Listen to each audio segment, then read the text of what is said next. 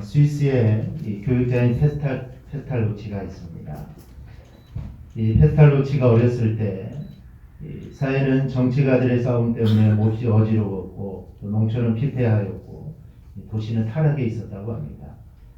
그 와중에도 그의 아버지는 정직한 의사로서 돈을 벌기보다는 정말 고통스러운 환자를 치료하느라 늘 바빴답니다. 자신의 몸은 돌보지 않고 환자의 치료에만 정신을 쏟던 그의 아버지는 그만 병을 얻어 이제 자리에 눕게 됩니다. 온 식구들이 한 곳에 모여 있을 때 아버지는 그 집의 가정부인 바벨이를 부릅니다. 바벨이가 아버지 곁으로 다가갑니다. 바벨이 내 가족들을 지난날처럼 앞으로도 잘 돌봐주길 바라네. 아버지 들릴 듯 말 듯한 말에 바벨이는 네 그렇게 하고 말고요. 약속하겠습니다. 하고는 눈물을 닦았습니다. 아버지는 마지막으로 가족들을 한번 둘러보시고는 눈을 감았습니다. 그때 페스탈로치의 나이 5살 때였습니다. 아버지의 장례를 치르는 동안이 바벨이는 정말 진심으로 슬퍼하며 가족들을 도왔습니다. 그러나 가족들은 이거는 일시적인 현상일 뿐이다 라고 이렇게 생각을 했습니다. 요즘이 어떤 세상인데 정말 넉넉하지도 않는 이 집에 남아서 굳은 일을 하겠어. 가족들은 이렇게 생각을 합니다. 모두들 수군거렸지만 아직 처녀인 그녀는 묵묵히 일했고 특히 이 어린 페스탈로치를 정말 친동생처럼 그렇게 보살펴 주었습니다. 헌신적이고 희생적인 바벨이를 가족처럼 여기며 생활했던 이 페스탈로치는 자라면서 가슴에 소중한 꿈을 키워갔습니다. 즉 사회는 타락했지만 바벨이처럼 훌륭한 사람들은 얼마든지 있을 거야. 나도 어른이 되면 이런 사람들을 위해서 나도 일생을 바칠 거야 라는 꿈을 가지게 됩니다. 그런 인생의 목표를 세웠고 이 인생의 목표는 변하지 않았습니다. 어른이 된 그는 타락한 사회의 병을 치료할 수 있는 길은 정치제도가 아닌 교육에 있다는 것을 깨닫고 이 어린아이들을 구원하려는 교육개혁에 그런 일생을 바치게 됩니다. 그가 이렇게 교육에 헌신할 수도 있었던 것은 이 바벨이라는 가정부의 희생적인 모습을 보며 자랐기 때문이다 라고 그는 말을 합니다.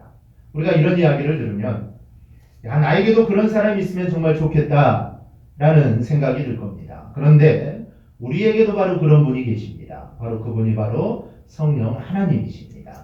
요한복음 16장을 보면 이 그분의 별칭이 나오는데 바로 보혜사입니다. 16장 7절입니다.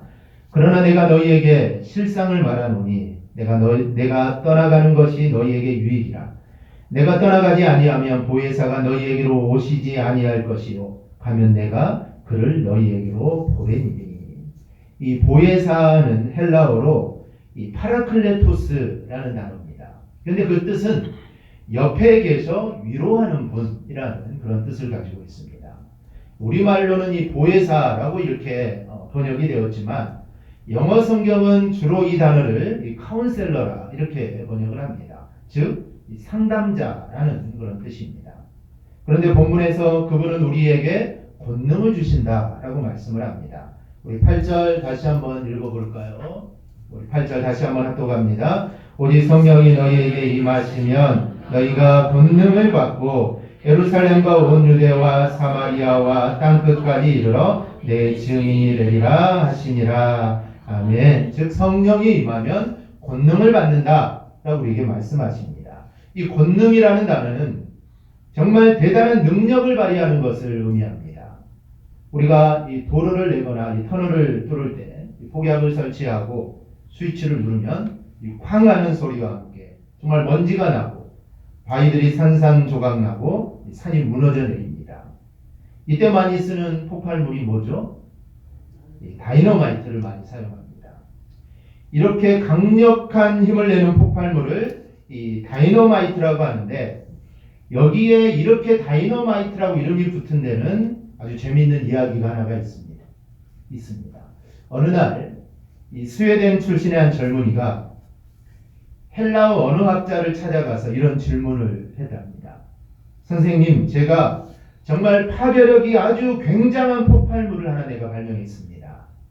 이 물건에 적합한 이름이 있을까요? 이 곰곰이 생각하던 그 학자는 하나 있습니다. 헬라어에서 가장 강력한 힘을 가진 것을 두나미스라고 합니다. 그러자 이 말을 들은 이 젊은이는 자신이 만든 폭발물을 스웨덴 발음으로 다이나미트라고 말을 합니다. 이 단어가 영어 표기로는 다이너마이트가 됩니다. 이 젊은이의 이름은 알프레드 노벨입니다. 노벨은 이 폭발물을 발명해서 엄청난 돈과 명예를 얻게 됩니다. 거기서 그치지 않고 노벨은 인류 발전과 세계 평화를 위해 귀한 사람들에게 상을 주도록 전 재산의 절반 이상을 내놓습니다. 그 기금으로 만들어진 상이 바로 이 노벨상입니다. 그렇다면 헬라 학자가 말했던 이 두나미스라는 말은 무슨 뜻일까요? 이 고대 그리스 사회에서는 이 물리적인 힘과 또 정신적인 힘을 구분해서 사용을 합니다. 그런데 이 물리적인 힘을 표현할 때는 무슨 단어를 쓰냐면 히스쿠오라는 단어를 씁니다. 그리고 보이지 않는 이 정신적인 힘을 나타낼 때는 이 크라토스라는 이 단어를 사용합니다. 반면에 이 다이너마이트의 어원이 된 이 두나미스라는 이 단어는 파괴하고 억누르는 외적인 힘보다는 변화시키고 재생산하는 이 내적인 능력을 뜻할 때 사용하는 단어입니다. 그래서 고대 그리스 사람들은 이 두나미스를 개인의 삶을 변화시키고 사회를 움직이고 세상을 이끄는 힘이라고 그들은 믿었습니다. 즉 우리를 변화시키고 또 사회를 움직이고 세상을 이끌어가는 힘이 바로 이 두나미스다라고 그들은 믿었습니다. 그런데 우리 주님이 이 두나미스를 지금 말씀하는 겁니다. 즉 본문 8절에서 주님은 우리에게 성령이 임할 때 권능이 임하는데 즉 두나미스가 너희에게 임한다 라고 이렇게 말씀을 합니다. 여기서 권능으로 번역된 단어가 헬라어로 이 두나미스라는 단어입니다. 두나미스는 우리가 쓰는 말로 이 힘, 이 능력을 뜻합니다. 성경은 성령을 받는 사람에게 바로 이 두나미스가 임한다고 합니다. 즉 능력이 임합니다. 우리는 어떤 특별한 사람만 성령을 받는다고 생각을 합니다. 그래서 성령을 받으면 능력을 행하고 막 방언도 하고 막 예언도 하고 무언가 정말 엄청나고 신비한 일을 우리는 한다라고 생각을 합니다. 물론 그렇습니다. 성령의 역사하시면은 이런 신비한 능력들이 있습니다. 그러나 성령의 능력은 그게 전부가 아닙니다. 그런 일도 하시지만 또 다른 일도 하십니다. 그런데 우리는 그런 것들이 너무 강렬해서 성령님이 하시는 일은 그런 것만 우리 생각을 합니다. 그러나 그렇지 않습니다. 성경은 예수를 믿는 모든 사람들의 마음속에 성령님이 계신다라고 이렇게 말씀을 합니다. 우리 고린도전서 12장 3절 우리 함께 공독합니다. 그러므로 내가 너희에게 알리노니 하나님의 영으로 말하는 자는 누구든지 예수를 저주할 자라 하지 아니하고 또 성령으로 아니하고는 누구든지 예수를 주시라 할 수 없느니라. 아멘. 성령으로 아니하고는 누구든지 예수를 주님이라고 할 수 없다라고 말씀을 합니다. 즉 우리가 예수님을 구주로 믿는 것은 내 안에 성령이 역사하심으로 이것이 가능함을 우리는 믿으시기를 바랍니다. 내가 한 것이 아닙니다. 내가 믿고 싶어서 예수 믿는 것 절대 아닙니다. 성령의 역사임을 믿으시기를 바랍니다. 그리고 성령님은 지금도 내 안에 계십니다. 이렇게 성도들 마음에 계셔서 역사하시는 이 성령님을 오늘 주님이 내가 보내주겠다라고 말씀을 합니다. 그리고 성령이 임하면 사람마다 권능, 즉 능력과 이 힘이 생긴다고 말합니다. 그러면 이 성령이 임하시면 생기는 능력은 과연 무엇일까요? 성령이 우리 안에 오셨을 때 생기는 능력들이 있습니다. 첫째는 예수님을 잘 믿게 합니다. 본문은 주님이 부활하시고 하늘로 승천하시면서 주신 말씀입니다. 그런데 이 말씀을 주실 당시에 이 제자들과 신자들의 모습은 부활하신 주님을 잘 믿고 신앙생활을 잘하는 상태가 아니었습니다. 베드로는 부활하신 주님을 만나고 어떻게 했습니까? 베드로는 부활하신 주님을 만나고도 다른 제자들과 함께 예루살렘에서 약 100km 정도나 떨어져 있는 갈릴리 바다로 가서 고기잡이를 했습니다. 예수는 역사다라는 그 책을 쓴 리 스트로벨 목사는 이 고린도전서 15장 6절을 근거로 예수님의 승천을 본 자들의 숫자가 515명이다 라고 이렇게 말을 합니다. 그런데 고린도전서 15장 6절에는 약 500여 명이다 라고 이렇게 말을 합니다. 즉 주님을 본 사람들이 많았다는 겁니다. 한두 명이 아니었다는 것이죠. 정말 500여 명의 500명이 넘는 사람들이 주님이 부활하시고 승천하는 걸 봤습니다. 그런데 그 숫자가 513명이냐 500명이냐 중요한 것은 그것이 아닙니다. 사도행전 1장 4절을 보면 사도와 함께 모이사 그들에게 분부하여 이르시되 예루살렘을 떠나지 말고 내게서 들은 바 아버지께서 약속한 것을 기다리라.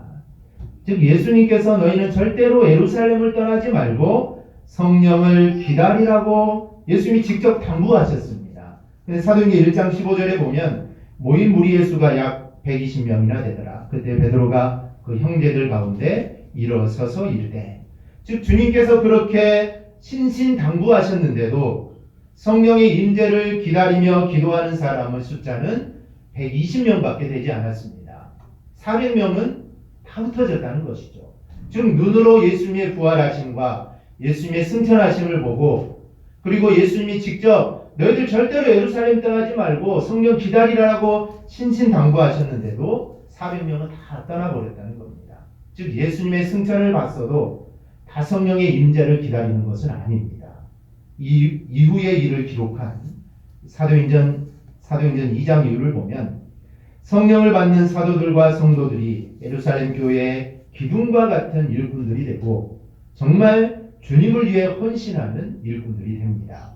그러니까 성령을 받으면 우리에게 능력이 나타나는데 어떤 능력인가 하면 우리로 하여금 예수를 잘 믿게 하는 능력이 우리 안에 나타납니다. 어떤 분은 예수를 잘 믿는 게 무슨 능력이냐 라고 이렇게 말할 수도 있습니다. 그러나 죄와 허물로 죽은 우리들, 욕심과 이기심과 감정이 앞서는 우리들, 늘 물질과 세상을 향해 마음이 열려있는 우리들이 정말 주님만을 바라보고 주님만 의지하며 주님만을 믿고 따라가는 것, 이것이야말로 진짜 능력임을 우리가 믿으시기를 바랍니다. 다른 게 능력이 아닙니다. 다른 데 능력 찾을 필요가 없습니다. 본문에서 이 성령의 권능이 임하면 전도하라고 하시는데 사도행전 2장 47절을 보니 사람들이 예수를 잘 믿으니 성령의 역사하심을 통하여 주께서 구원받은 사람을 날마다 더하게 하시니라 라고 이렇게 말씀합니다. 그 앞에 구절을 보면 믿음의 행위와 열매들이 나타납니다. 물건을 서로 통용하고 재산과 소유를 팔아 각 사람에게 나눠줍니다. 그리고 성전에 모이기를 힘쓰고 그렇게 행위와 열매가 나타나도록 예수를 잘 믿으니 구원받은 사람이 날마다 더해졌다라는 것입니다. 또 사도행전 16장 5절에도 이에 여러 교회가 믿음이 더 굳건해지고 수가 날마다 늘어가니라. 즉 믿음이 굳건해지고 또 예수를 잘 믿으니 구원받은 사람이 날마다 늘어났다는 것입니다. 이 성령의 능력을 받으니 예수를 잘 믿게 되고 예수를 잘 믿으니 그것으로 인해 많은 사람들이 구원받게 되더라라는 말씀입니다.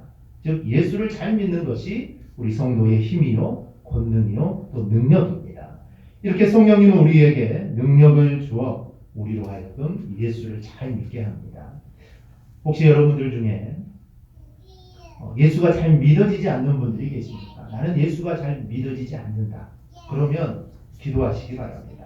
즉 성령의 능력을 구하는 기도를 해야 됩니다. 즉 성령의 능력이 우리 안에 임하면 예수 잘 믿어집니다. 또 예수 믿지 않는 가족들이 있습니까? 그러면 사랑하는 가족에게 이 성령의 능력이 임하도록 우리는 기도해야 됩니다. 성령의 능력이 우리 가족에게 임하면 예수 잘 믿게 됩니다. 또 우리가 아는 사람들 중에 주변에 나는 아무리 해도 예수가 믿어지지 않는다라는 사람들이 있습니다. 그러면 그 사람들을 위해 기도하시기 바랍니다. 즉 성령의 능력이 임하게 달라고 기도하시기 바랍니다. 성령의 능력이 임하기만 하면 그 사람은 예수를 잘 믿게 됩니다. 지금 우리 안에 필요한 것이 성령의 능력입니다. 그 중에서도 예수를 잘 믿게 하는 성령의 능력이 정말 우리 안에 필요합니다. 우리 모두가 예수를 잘 믿으면 우리의 가정이 믿음으로 하나 되고 대강교회가 부흥케 될 줄 믿습니다. 우리 모두 성령의 능력받아 예수 잘 믿는 우리 성도들이 되기를 주님의 이름으로 축원합니다. 둘째는 고난을 이기게 합니다. 우리가 신앙생활을 하면서 여러 가지 일을 하죠. 여러 가지 봉사를 하지만 그 중에 가장 힘들어하는 것이 전도입니다. 전도하는 것이 얼마나 어렵습니까? 우리 교회도 매주 수요일 교회 앞과 우리 버스 정류소 앞에서 전도를 합니다. 또 물티슈와 우리 건빵을 나눠주면서 전도를 하는데 쉽지 않습니다. 어떤 사람은 건빵을 받으면 이렇게 말합니다. 요즘은 이렇게 한다고 해서 교회 오는 거 아닙니다. 쓸데없는 일이라는 것이죠. 시간 낭비요, 돈 낭비라는 겁니다. 맞는 말일 수도 있습니다. 안 올 수도 있습니다. 저는 그분께 이렇게 말했습니다. 이거라도 해야죠. 이거라도 해야죠. 안 된다고 가만히 있으면 어떻게 됩니까? 누군가는 예수님을 전해줘야죠. 라고 저렇게 말을 했습니다. 또 어떤 분은 자기가 이 교회 주변에서 정말 오래 살았는데 여기 대강교회 있는 거 이제 처음 봤다는 겁니다. 몰랐다는 것이죠. 여기가 교회가 있는지 날마다 앞에 지나다니고 이렇게 다녔는데도 여기가 대왕경교회가 있었다는 거 지금까지 몰랐다는 겁니다. 전해주지 않으면 모릅니다. 누군가 알려주지 않으면 교회가 있는 것도 모르고 예수가 누구인지도 모릅니다. 그래서 우리는 되든 안 되든 하는 겁니다. 우리 성도 여러분 전도하기 힘드시죠? 쑥스럽고 부끄럽고 전도하려고 하는데 잘 되지 않습니다. 그런 분들은 오늘 말씀을 다시 한번 읽어야 합니다. 바로 그런 성도들에게 오늘 주님이 이렇게 말씀합니다. 8절 다시 한번 우리 큰 목소리로 한번 봉독하겠습니다. 오직 성령이 너에게 임하시면 내가 권능을 받고 예루살렘과 온 유대와 사마리아와 땅끝까지 이르러 내 증인이 되리라 하시니라. 아멘. 어떻게 하면 된다고요? 성령이 임하면 됩니다. 성령이 임하면 됩니다. 성령이 임하면 권능을 받아 전도하게 된다는 것입니다. 그러니 우리 모두 성령 충만하기를 축원합니다. 성령 충만하면 할 수 있습니다.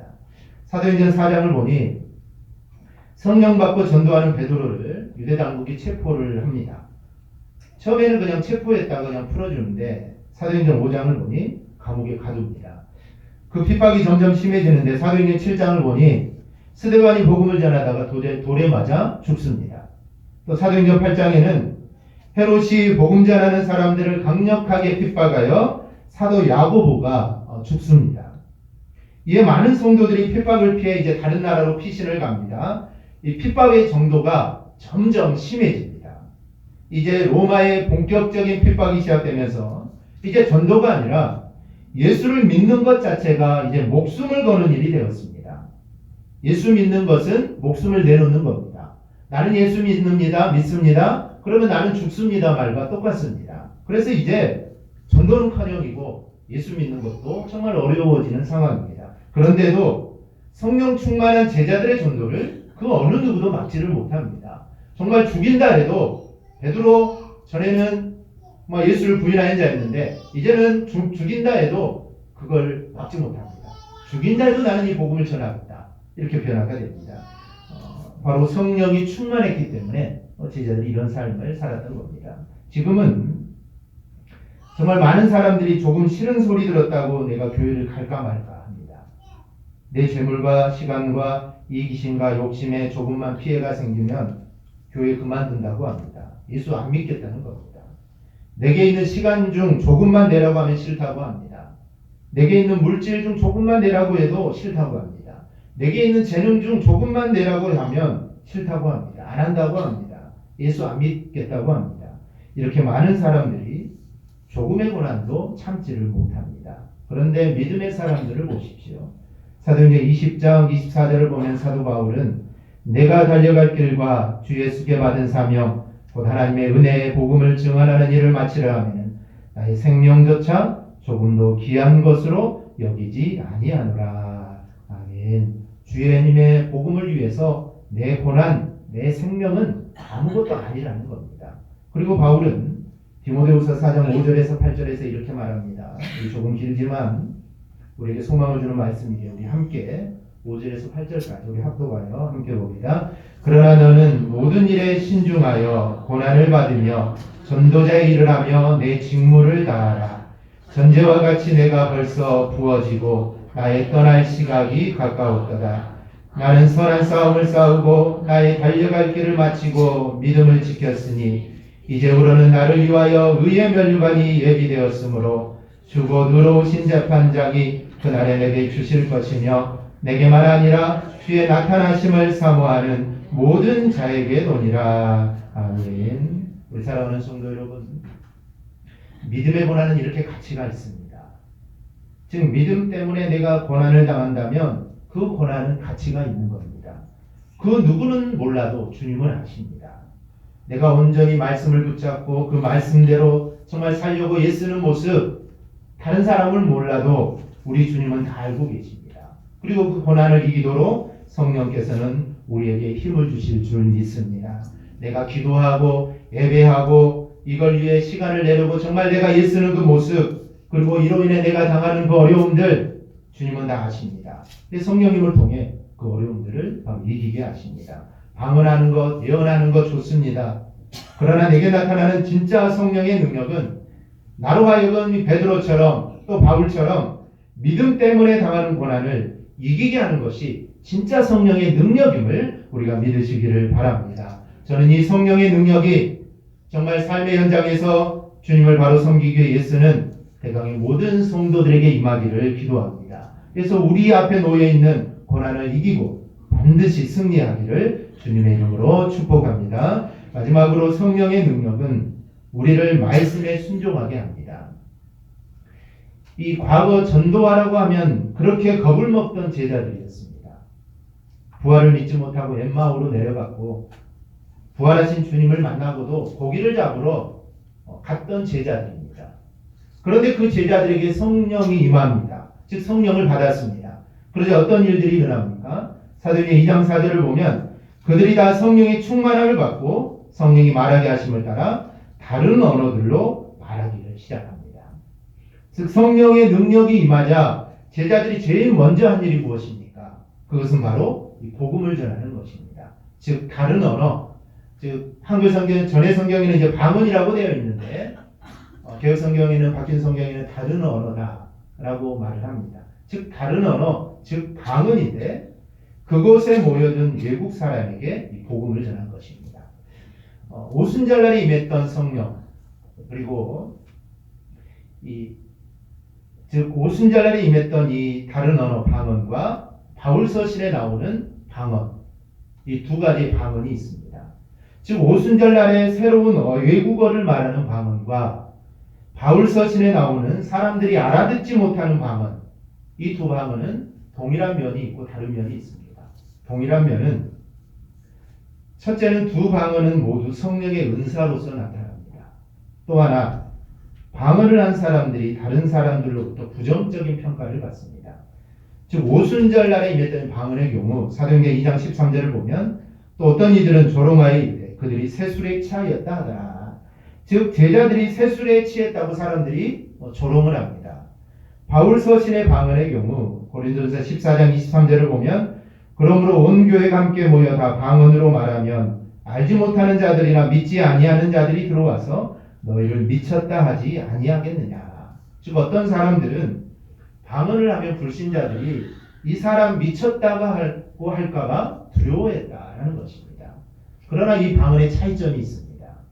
오순절날의 방언은 실제 사용되는 외국어를 구사하는 능력으로서 그 외국어를 알면 누구나 알아들을 수 있는 내용입니다. 하지만 바울서신에 나타난 이 방언은 실제 사용되는 외국어가 아니므로 통역의 은사를 받은 사람이 통역하여 주지 않으면 이해할 수 없는 바로 내용입니다.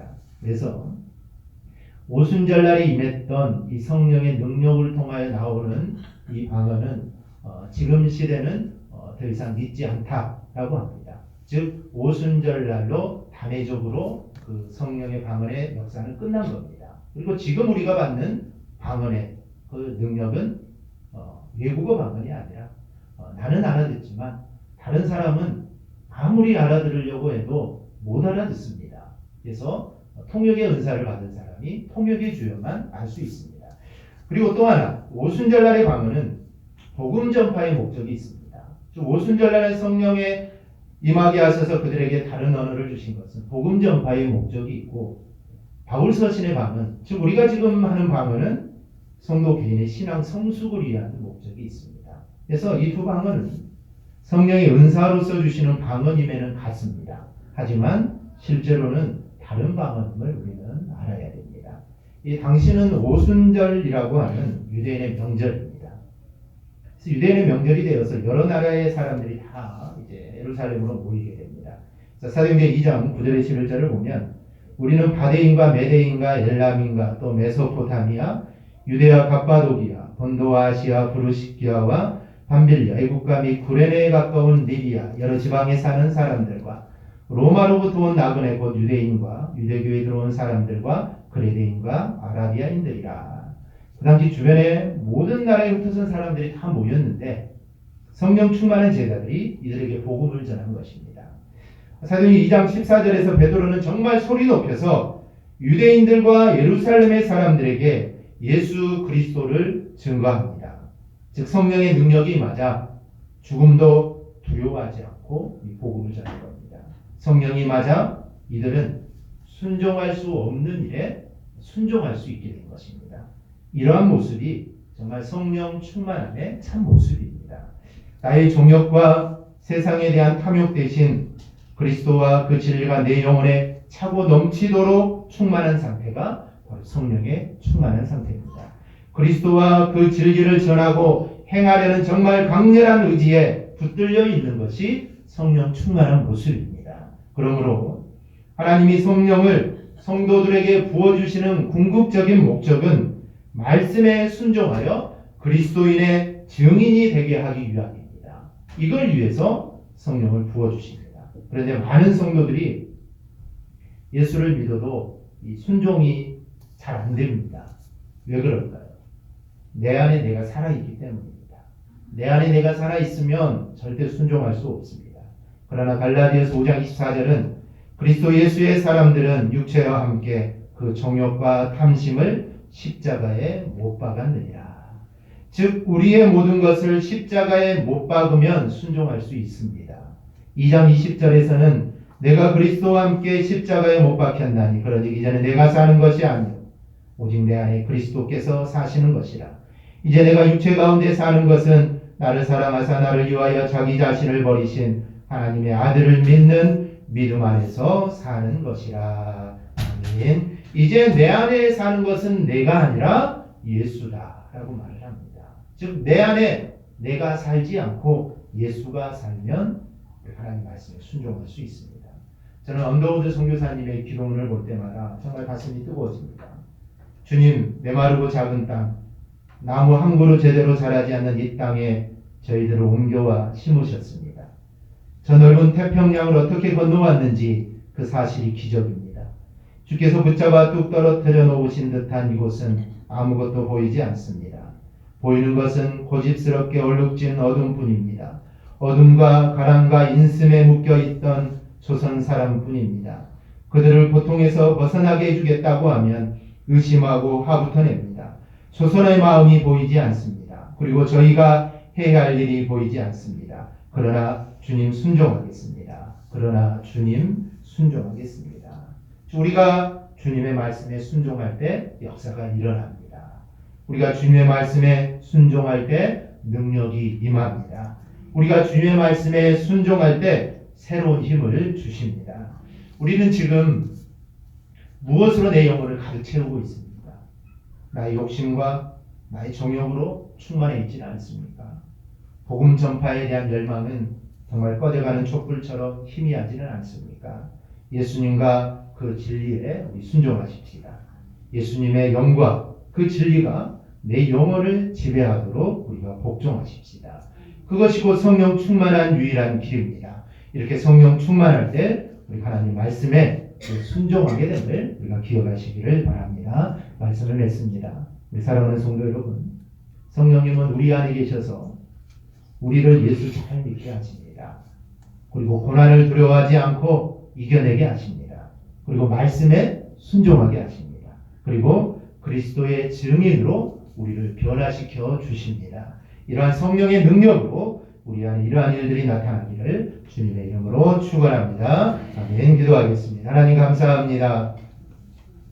오늘 말씀을 통하여 성령의 능력에 대해 제가 말씀을 살폈습니다. 성령의 능력은 우리를 예수 잘 믿게 합니다. 그리고 어떠한 고난도 두려워하지 않고 이겨나가게 합니다. 말씀에 순종하게 합니다. 그리스도의 증인으로 우리를 변화시켜 줍니다. 이러한 성령의 능력이 우리 안에 충만하게 임하게 하여 주옵소서. 예수님의 이름으로 간절히 기도하옵나이다.